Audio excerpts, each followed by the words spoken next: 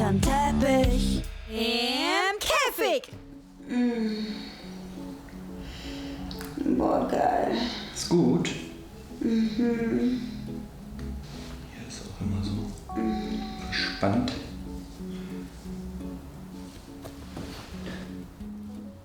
Du hast ja lustigen Zehen.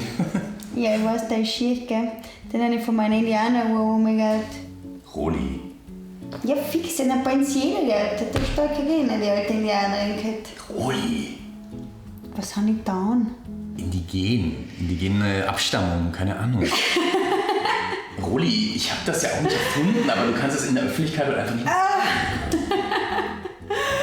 Also, Moment mal, habe ich das jetzt richtig verstanden? Du, Deutscher, mit deiner blonden Zotel, kommst jetzt her und willst mir Indianerin sagen, wie ich mich um meine Leute zu nennen habe? Ich habe gedacht, du bist das Hoaming. Aber nicht meine Vorfahren. Ach so. Naja, Roli, also es gibt Menschen, die fühlen sich durch solche Sachen verletzt. Ich finde auch, also naja, muss ja nicht sein, muss man ja nicht sagen. Die Zeiten haben sich zum Glück geändert. Also, früher kann man, habt ihr uns kolonialisiert, gejagt, gesagt, wie wir uns zu nennen haben, nämlich Indianer.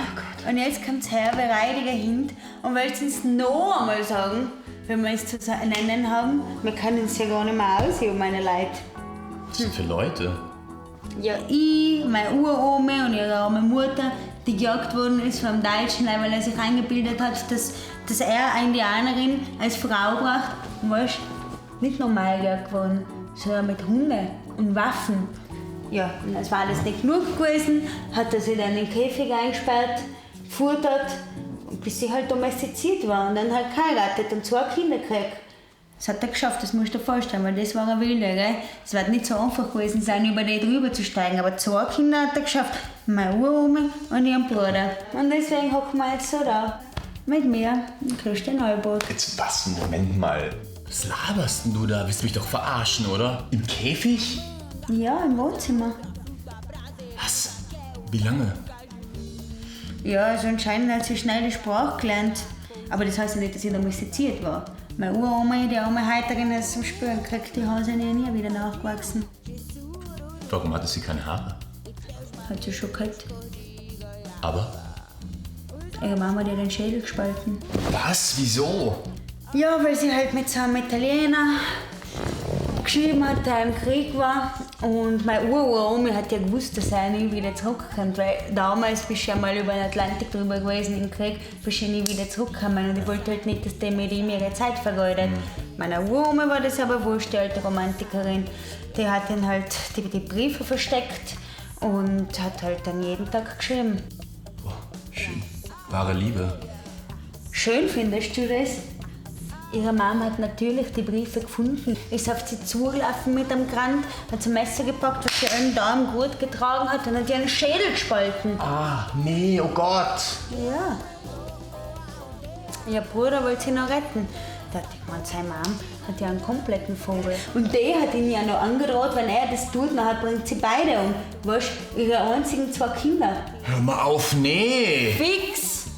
Aber meine Uroma hat es überlebt, weil er hat es ja trotzdem getan. Und ja, lange hat sie gelebt. Sie ist erst gestorben, als sie 15 war und hat mir das alles aus erster Hand erzählt. Und wahrscheinlich, ich habe ja nicht widersprochen. Ich glaube ja das hat sie ja erlebt. Und wer bin ich, um ihr zu widersprechen?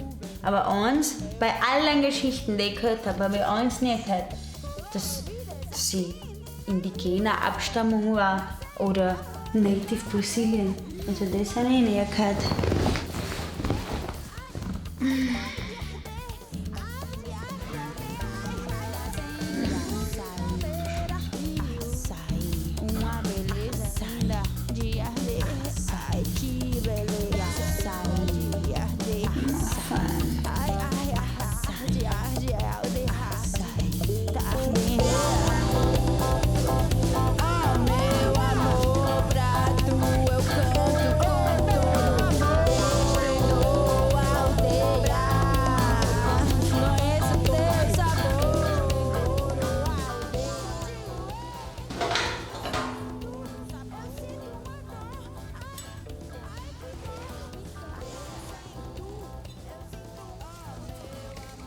Magst du ein Stück?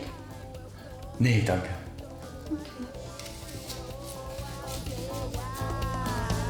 Conhece